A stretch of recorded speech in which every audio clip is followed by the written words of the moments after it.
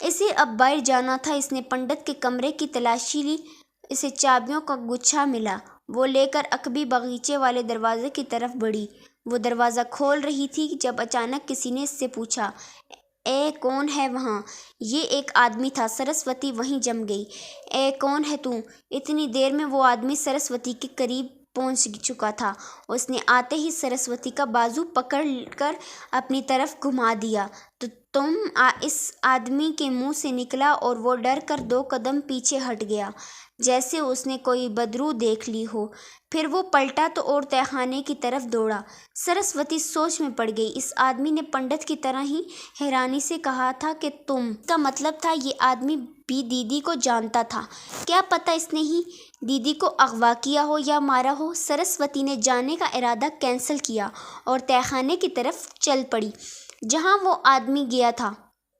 وہاں اس نے سیڑھیاں دیکھیں تو بلا خوف ان پر قدم رکھ دیا اور نیچے اترنے لگی۔ اس نے ابھی 1-2 سیڑھیاں ہی اتری ہوں گی جب سامنے سے 5 آدمی آتے دکھائی دیے۔ ان میں سے ایک وہ بھی تھا جو ابھی ڈر کر تہہ خانے میں گیا تھا۔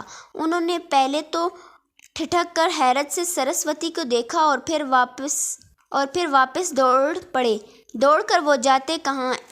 تہہ خانے میں آنے اور جانے کا ایک ہی راستہ تھا جس پر سرسوتی کھڑی تھی۔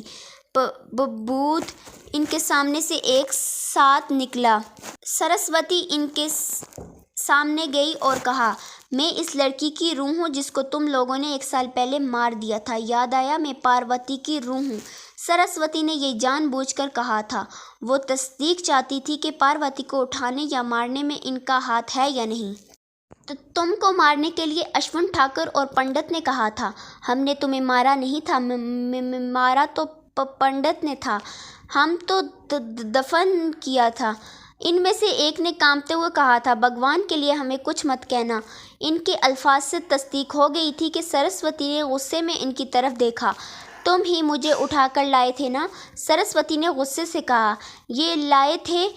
اس نے 2 لوگوں کی طرف اشارہ کیا۔ سرسوتی کے منہ سے ایک خوفناک آواز نکلی اور پھر ان سب کا وہی حشر ہوا جو کچھ دیر پہلے وہ پنڈت کا کر چکی تھی۔ باہر نکل کر اس نے تہہ خانے کا دروازہ لگایا اور عقبی دروازے کا تالا کھول کر تہہ خانے والے دروازے پر لگا دیا۔ وہ آرام سے باہر نکلی اور واپس چل پڑی۔ باہر نکل کر اس نے چابیوں کا گچھا دور پھینک دیا تھا۔ ٹھاکر اور دوسرے مندر کی پجاری کے لیے اس نے اگلی رات منتخب کی تھی۔ مندر سے نکل کر وہ گھر نہیں گئی، واپس جنگل کی طرف چل پڑی تھی۔ وہ خون آلود حلیے میں گاؤں نہیں جانا چاہتی تھی۔ اس نے سوچا تھا دوسرے پنڈت اور ٹھاکر کو عبرت کا نشان بنا کر ہی وہ گھر جائے گی۔ صبح کا سورج اوپر آ چکا تھا۔ وہ جب جنگل میں پہنچی تھی وہ سیدھی یادیو کے پاس گئی اور اسے رات کی ساری کارگزاری سنائی۔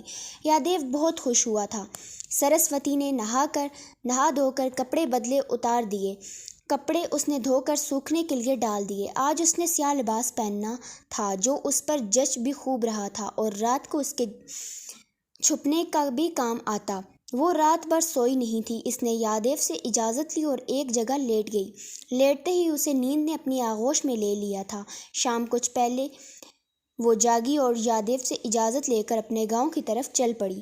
آج بھی اس نے مندر جانا تھا، مگر یہ وہ مندر تھا جو وہاں کے غریبوں کے اور اچھوتوں کے لیے بنایا گیا تھا۔